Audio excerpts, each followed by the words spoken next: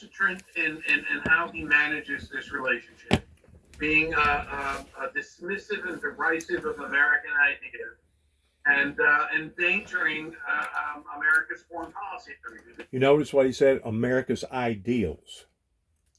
You see, whenever America has been brainwashed, whenever America has been bamboozled, whenever America has been led down this endless road of believing that our politicians before us has made the proper and right decisions, now all of a sudden the American people are behind the eight ball in comparison to what's actually going on globally all over the world.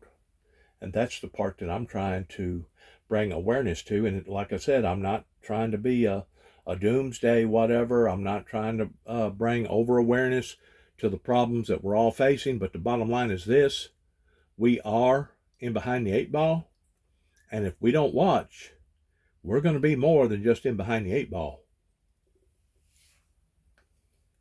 This is how the Americans see it. In this respect, Mr. Netanyahu has a bad track record of managing relations with the U.S., with President Bill Clinton, with President Barack Obama, and now with President Joe Biden. So I do think this is a very low point. Could the relationship survive this? Yes. Could it do so while Netanyahu was in power? No. Good to have you. Your perspective's important. Out of Tel Aviv this evening. Thank you. Taking a break. Back after this. Now that was a pretty serious statement. While President Yahoo is still in power? No. That was his statement. Minds.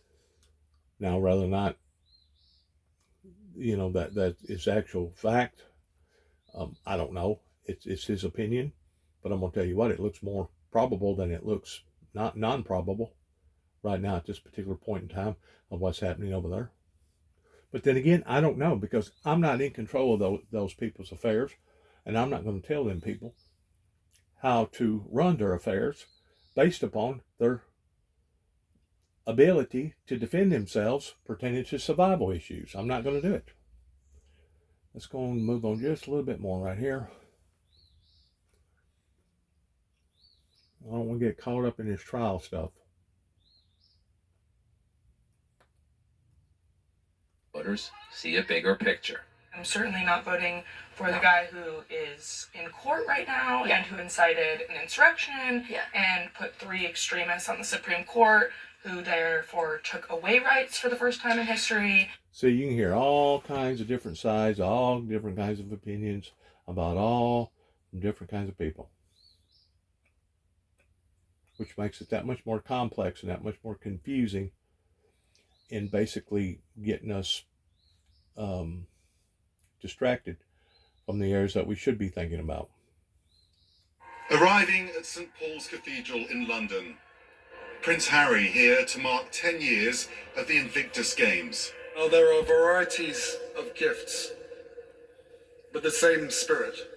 Notable in their absence from the service, close members of the royal family. Harry's celebrity friends stepping up instead. Prince William was never expected to meet his brother on this trip, but Harry had reached out to his father. The King wasn't available due to his busy schedule, according to Harry's office. British media called it a snub. As Harry was taking to the pulpit at St. Paul's, the King made his own public appearance, just a few miles away at Buckingham Palace's first garden party of the summer season. Father and son so close, yet still so far apart. They haven't seen each other since a brief visit in February after the King announced he was being treated for cancer. Shortly before Harry arrived in London, an announcement from the palace that underscored the increasingly close working relationship between William and Charles.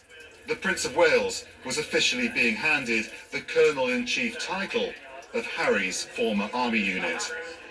Harry has had a strained relationship with the royal family since he and his wife Meghan stepped back from royal duties in 2020. The Duke has since been highly focused on the Invictus Games, an international sporting competition for wounded veterans established in 2014. 10 years is a real thing. It's our birthday at Invictus Games Foundation, and we're all very excited and thrilled. Wednesday's event in London will be followed by a trip to Nigeria, where Harry will be joined by Meghan. Both of these appearances unusually choreographed with the media, marking a fresh push to highlight the couple's work. Max Foster, CNN London. I'm Becky Anderson in Abu Dhabi, and that is it from us for this evening. Of course, CNN continues. CNN Newsroom is up.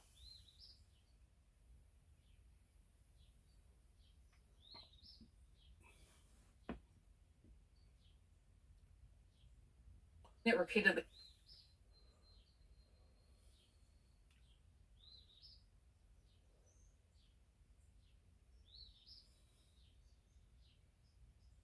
Seems like the news is inundated by the soap opera.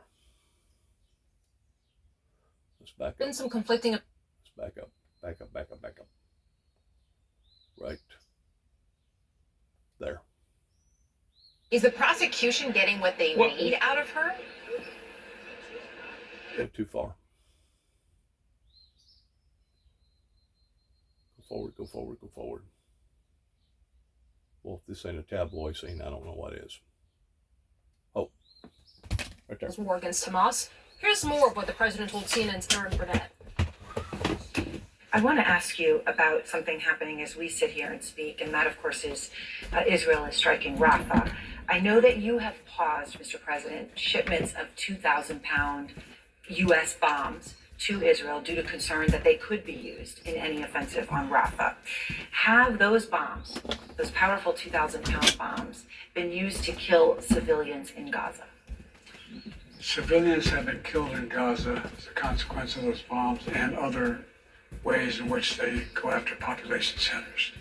And I made it clear that if they go into Rafah, they haven't gone into Rafah yet. If they go into Rafah, I'm not supplying the weapons that have been used historically to deal with Rafah, to deal with the cities, to deal with that problem. We're going to continue to make sure Israel is secure in terms of Iron Dome and their ability to respond to attacks like came out of the Middle East recently. But it's just wrong. We're not going to supply the weapons and the artillery shells used that have been used. Artillery shells as well. Yeah, artillery shells. So, just to understand what they're doing right now in Rafah, is that not going into Rafah as you define it yet? They haven't gone into the population centers. What they did is right on the border, and it's causing problems with right now in terms of with Egypt, which I've worked very hard to make sure we have a relationship and help. But I've made it clear to Bibi and the War Cabinet, they're not going to get our support if in fact they go in these population centers.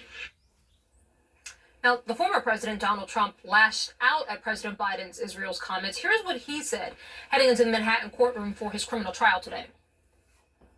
I guess he feels good about it because he did it as a political decision. You have to do the right decision, not the political decision. But he did a very bad thing. Now, as we see how this decisive moment in the Israel-Hamas war plays out, as President Biden referenced, parts of Rafah are already facing an intense Israeli barrage. Hospital officials in eastern Rafah say that Israeli shelling killed 3 people, including a child. The UN estimates that nearly 79,000 people have fled after an evacuation order Monday by the Israeli military. UNICEF said that some 600,000 children are impacted in the city in southern Gaza. One UNICEF official said that Rafah is, quote, hanging on the edge of a precipice. Let's bring in CNN's Jeremy Diamond, who joins us in Jerusalem now. Jeremy, it was an interview that obviously covered a lot of ground, and it's an interview that made quite a bit of attention, both here in the U.S. and in Israel. Talk to us about the reaction we've seen and what impact the president's comments could have.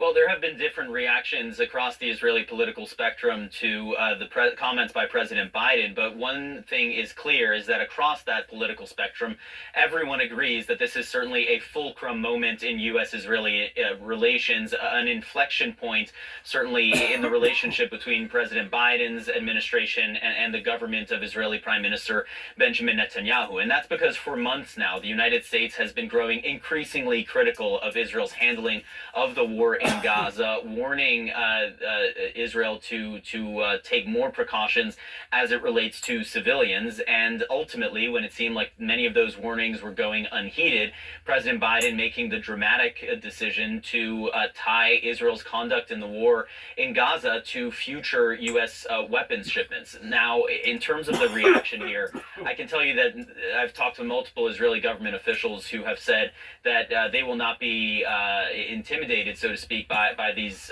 threats by President Biden as it relates to munitions shipments. It doesn't seem like there is going to be any kind of course correction by the Israeli military in terms of the future of this Rafah operation. Rather, I've heard a lot of defiance and a lot of anger from Israeli government officials at these comments by President Biden. Some members of Netanyahu's right-wing coalition, like Itamar Ben-Gvir, Bezalel Smotrich, have gone much further in their criticism of President Biden, with Ben-Gvir tweeting, "Hamas loves Biden." Others on the kind of center-left in Israel are blaming Prime Minister Netanyahu, saying that it is his mismanagement of U.S.-Israel relations that has allowed all of this to spill out so publicly. But ultimately now the question is what happens in terms of the war in Gaza. I'm told that the Israeli War Cabinet as well as the Israeli Security Cabinet are set to convene in a matter of hours this evening to discuss this latest threat by President Biden and how it will affect the future of Israeli military operations going forward. So, Jeremy, the question of what happens now, but what about what is happening right now at the crossings? There have been some conflicting information at times about whether some of these crossings have been reopened, whether they're still closed. What can you tell us? Well, Rahel, there's no question that the Rafah border crossing between Gaza and Egypt remains closed. It has been closed since the early hours of Tuesday morning when Israeli tanks and troops rolled into that border crossing and into eastern Rafah. There has been some dispute about the Kerem Shalom crossing, with Israeli officials claiming that they had reopened that crossing. They released video yesterday of humanitarian aid trucks entering that crossing, although it wasn't clear that they had crossed into Gaza itself, but rather arrived inside the kind of security checkpoint of the Kerem Shalom crossing. The United States, United Nations, and Gaza crossing authorities say no aid trucks have actually made it into Gaza from that crossing. But regardless, between both of these crossings, which are the key points through which humanitarian aid has gotten into Gaza, there's no question that there is starting to be an impact in terms of the amount of aid that is getting in. And that Rafah border crossing is especially critical, not just for the flow of humanitarian aid, but also because that's the point by which medical evacuations from Gaza have left to go to the outside world. And also in terms of fuel getting into Gaza, we now have aid agencies warning that Gaza's hospitals could be running out of fuel very, very soon if more fuel is not brought in to help with those generators there. So there's no question that there is already an impact, despite the fact that this military operation has been relatively limited so far to the eastern part of Rafah, the outskirts of the city, really.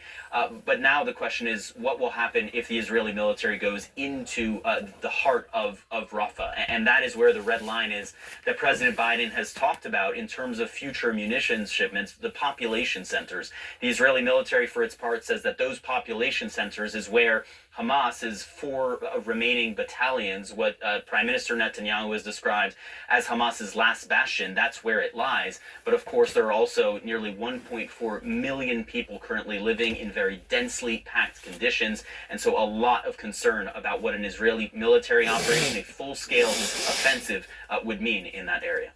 All right, stark warnings with obviously grave consequences. Jeremy Diamond, live for us in Jerusalem. Jeremy, thank you. Coming up, the Russian president is rallying for public support as his country honors its World War II victory. Vladimir Putin's message... We're going to let this go with that. Thank you for your time. Thank you for your prayers. And good luck to all of us. God bless America. God bless our troops. and heaven help us all. Shalom.